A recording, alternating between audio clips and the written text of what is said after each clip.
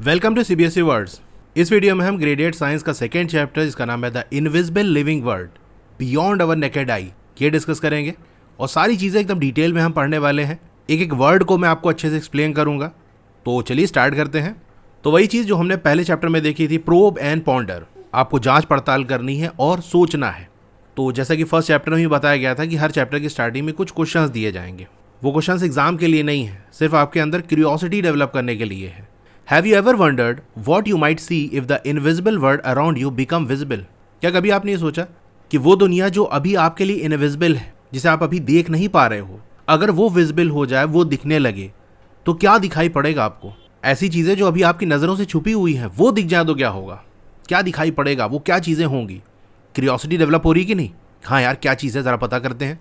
How do you think your observation of this hidden world might change the way you think about size, complexity, or even what counts as living? आपको क्या लगता है जब ये छुपी हुई दुनिया को आप ऑब्जर्व करोगे, इसका जो ऑब्जर्वेशन होगा आपको, वो कैसे साइज, कॉम्प्लेक्सिटी और वो चीज़ें जिसको हम लिविंग कहते हैं उसके बारे में कैसे आपकी सोच बदलेगी? जैसे अभी हम बात करते हैं ना कि जो एंड्स हो गए यानी चींटी और मॉस्किटोज, ये काफ़ी छोटे होते हैं, लेकिन जब इनसे भी बहुत छोटी चीज़ें आपको दिखाई पड़ेंगी तब आप कहोगे अरे इसके मुकाबले में तो चींटी तो काफ़ी बड़ी थी, अब जो चीज़ दिखाई पड़ रही है तो बहुत ही छोटी है। कॉम्प्लेक्सिटी की बात कर लें तो अभी जो ऑर्गेनिजम्स हमको दिखाई पड़ते हैं वो काफ़ी कॉम्प्लेक्स होते हैं, अलग अलग बॉडी पार्ट है, अलग अलग फंक्शन है। ये जो छुपी हुई दुनिया है यानी ऐसे ऑर्गेनिज्म जिनके बारे में अभी हम पढ़ने वाले हैं, उनमें से कुछ ऐसे हैं जो कि काफ़ी सिंपल हैं। अब जब आगे पढ़ेंगे तो ये चीज़ आपको अच्छे से समझ में आएगी कि कैसे हैं वो। और लिविंग थिंग के बारे में जो आपकी सोच है वो भी बदलेगी। ऐसे ऐसे लिविंग ऑर्गेनिजम्स आपको दिखाई पड़ेंगे जिनके बारे में आपने कभी सोचा भी ना होगा। ऐसी तरीके से वो फंक्शन करते हैं, उनका खाने का तरीका, उनके मूवमेंट का तरीका बिल्कुल यूनिक आपको दिखेगा।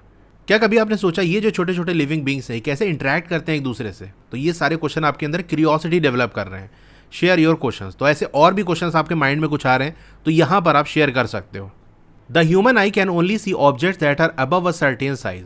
अब जो इंसान की आंख है वो उन्हीं ऑब्जेक्ट्स को देख सकती है जो एक सर्टेन साइज से ऊपर हों, यानी एक साइज है उससे छोटी चीज़ें आपको नहीं दिखाई पड़ेंगी। वो प्रेजेंट भी होंगी, आपके नज़र के सामने भी होंगी, लेकिन आप उसे देख नहीं पाओगे। एक लंबे समय तक बहुत सी टाइनी थिंग्स जो कि हमारे आसपास होती हैं वो हमारे लिए अननोन थी, उनके बारे में हम जानते ही नहीं थे। Long ago people discovered that a curved piece of glass could make small things look bigger. बहुत पहले लोगों ने ये डिस्कवर किया ऐसा ग्लास जो कर्व शेप का हो वो छोटी चीज़ों को बड़ा कर देता है, यानी आपको वो बड़ी दिखाई पड़ेंगी। तो इससे होगा क्या? ऐसी चीज़ें जो अभी तक दिखाई नहीं पड़ रही थी, अब क्योंकि उस ग्लास के थ्रू आप देख रहे हो तो वो चीज़ें पहले से बड़ी हो गई, अब दिखने लगी। या जो पहले बहुत छोटी दिख रही थी, समझ नहीं आ रहा था कि है क्या, बस दिख रहा था हाँ कोई चीज़ है, अब वो और बड़ी हो गई तो अच्छे से आप उसको देख पा रहे हो कि हाँ ये कैसा है, उसका डिज़ाइन, उसका स्ट्रक्चर कैसा है। अब आप सोच रहे हो कि ये कर्व पीस ऑफ ग्लास है क्या, कैसे दिखता है, क्या चीज़ है? The piece of glass was shaped like a lentil seed. अब जिस पीस ऑफ ग्लास की हम बात कर रहे हैं उसका जो शेप है वो एक लेंटिल सीड की तरह होता है। मसूर की दाल आपने देखी है?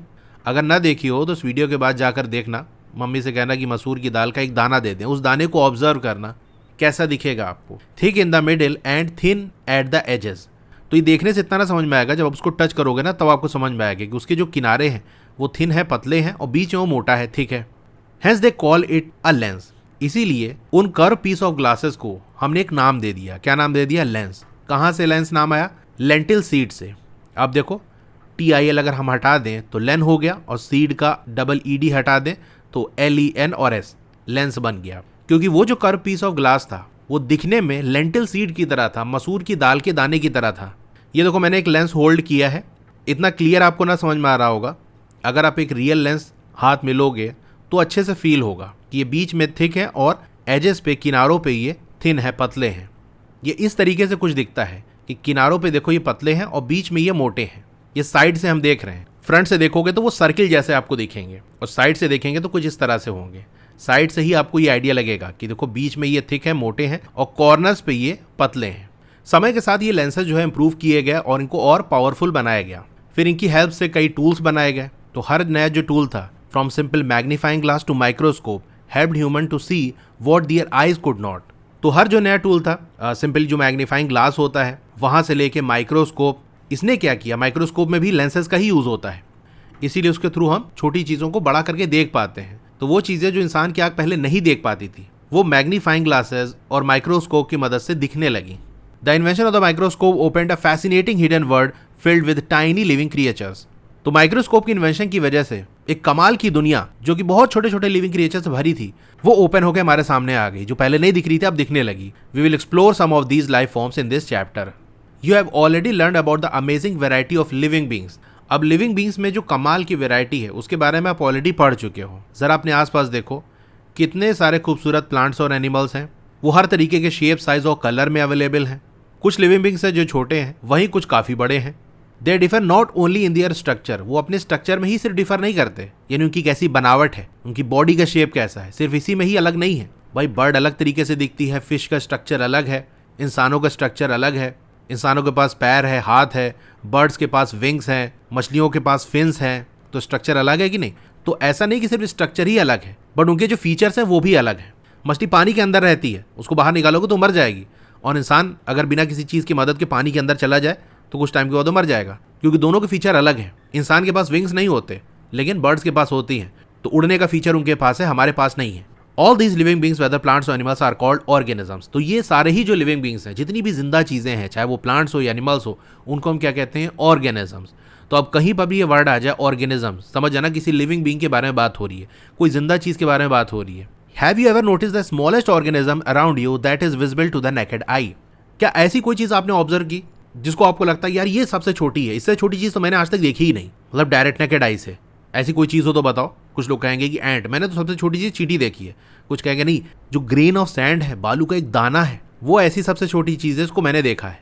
अब इसके बारे में सोचो, how small a thing can your eyes actually see. आपकी आंखें कितनी छोटी छोटी चीज़ें देख सकती हैं। तो बेसिकली 0.1 मिलीमीटर ये वो साइज़ है, यानी ये या इससे ऊपर के साइज़ का ऑब्जेक्ट वो हम देख पाएंगे। 0.1 मिलीमीटर से छोटी कोई चीज़ होगी तो आमतौर से हम नहीं देख पाएंगे, यानी एवरेज बताया गया है कि ऑन एन एवरेज ये वो साइज़ है कि इससे छोटी चीज़ आपको दिखाई नहीं पड़ेगी, आपकी आंखों के सामने होगी लेकिन आप देख नहीं पाओगे, क्योंकि साइज़ उसका इतना छोटा है।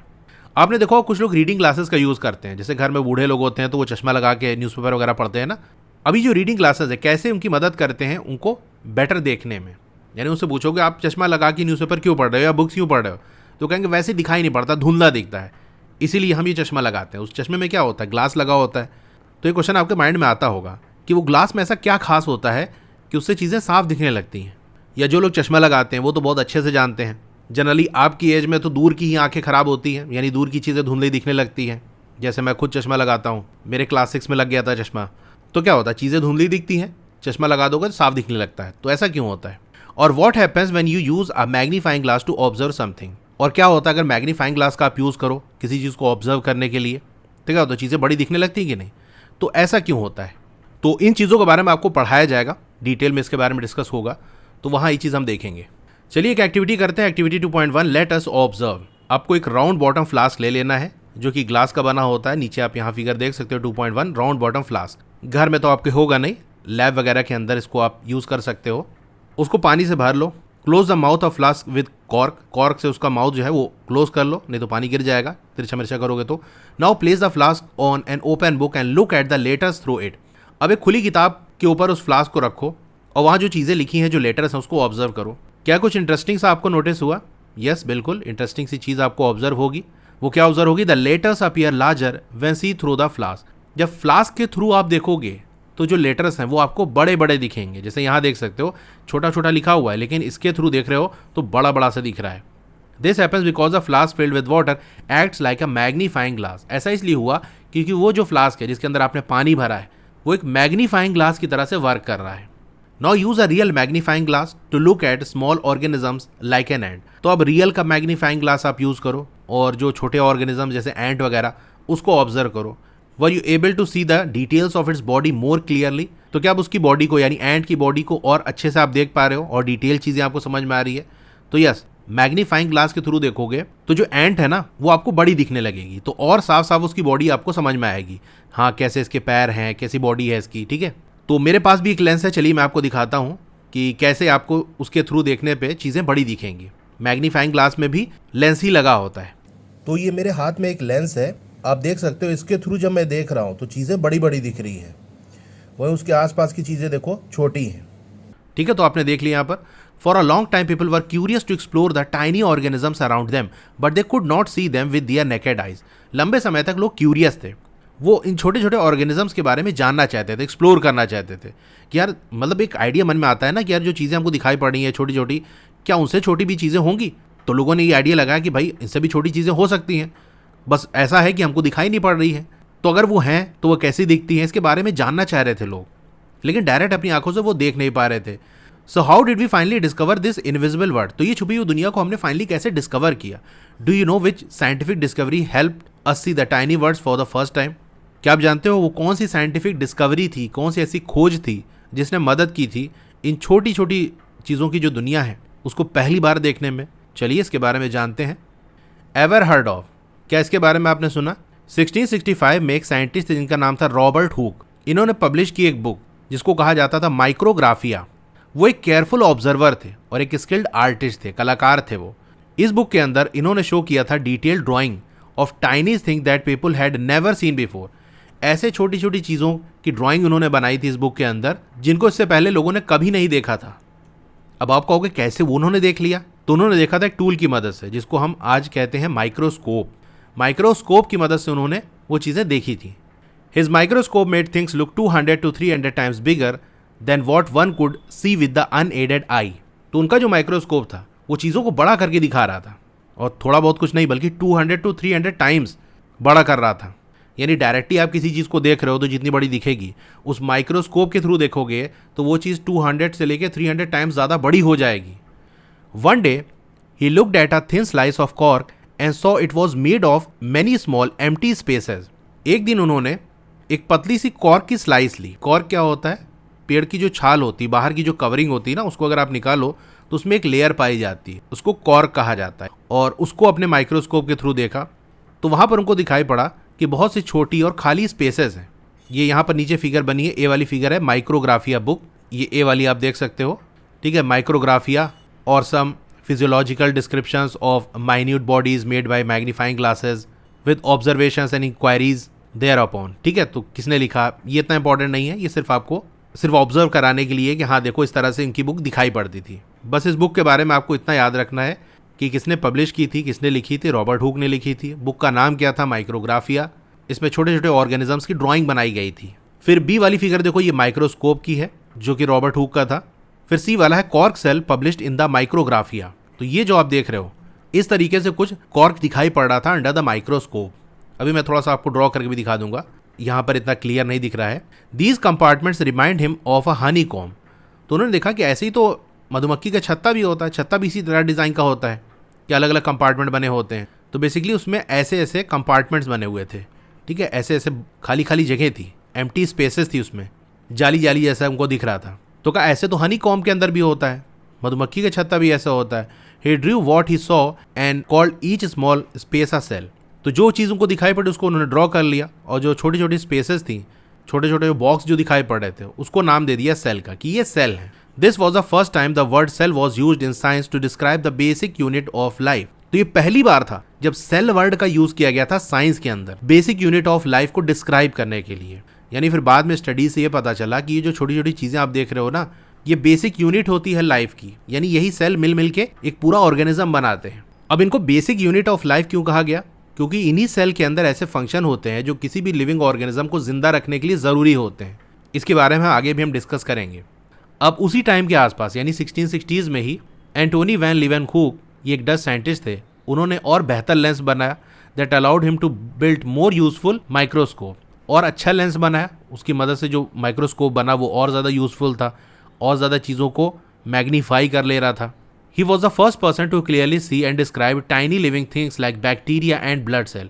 ये पहले ऐसे बंदे थे जिन्होंने साफ साफ देखा था और डिस्क्राइब किया था जो छोटे छोटे लिविंग थिंग्स होती है, जैसे बैक्टीरिया हो गया, या ब्लड के अंदर जो सेल होता है, कौन कौन सेल होता है अभी हम देखेंगे, उनको उन्होंने ऑब्जर्व किया था, वो कैसे दिखते हैं और उसके बारे में डिस्क्राइब किया था। Because of this he is known as the father of microbiology. तो इसी वजह से लीवेनहूक को फादर ऑफ माइक्रोबायोलॉजी कहा जाता है। अगर आप प्रयागराज से हो और मुझसे ऑफलाइन पढ़ना चाहते हो, let me know in the comment section. ठीक है, तो ये बेसिक सा इंट्रोडक्शन था इस चैप्टर का। आई होप सारी चीज़ें आपको अच्छे से समझ में आई होंगी। अब जो इसके बाद का टॉपिक है सेल वाला, उसको हम नेक्स्ट वीडियो में डिस्कस करेंगे। क्लास 8 की और वीडियो देखना चाहते हो तो इस तरह से आपकी वीडियो चली होगी, पहले वीडियो को लाइक कर लो, चैनल को सब्सक्राइब कर लो, मोर पे क्लिक कर देना है। फिर से मोर पे क्लिक कर देना है तो आपका डिस्क्रिप्शन ओपन हो जाएगा। यहाँ पर आपको मेरे व्हाट्सएप चैनल का लिंक मिल जाएगा, उसको ज्वाइन कर लोगे तो आपको लेटेस्ट अपडेट मिलती रहेगी। डोंट वरी, आपका नाम और फोन नंबर किसी को भी विजिबल नहीं होगा। फिर क्लास 8 की बेस्ट बुक का लिंक मैंने दे दिया है, इस लिंक पे क्लिक करके यहाँ से परचेज कर सकते हो। अब अगर आपको स्टडी मटेरियल चाहिए, जैसे नोट्स हो गया, एक्सरसाइज के सॉल्यूशन हो गया, तो मेरी वेबसाइट विजिट कर सकते हो। और नीचे आओगे तो क्लास 8 मैथ्स की चैप्टर वाइज प्लेलिस्ट मिल जाएगी। जिस चैप्टर की वीडियो देखनी है उसके साथ में जो लिंक है उस पर आप क्लिक करोगे तो उस चैप्टर की प्लेलिस्ट ओपन हो जाएगी। और नीचे आओगे तो और भी जो सब्जेक्ट्स हैं उनकी प्लेलिस्ट का लिंक मिल जाएगा। Okay, thank you.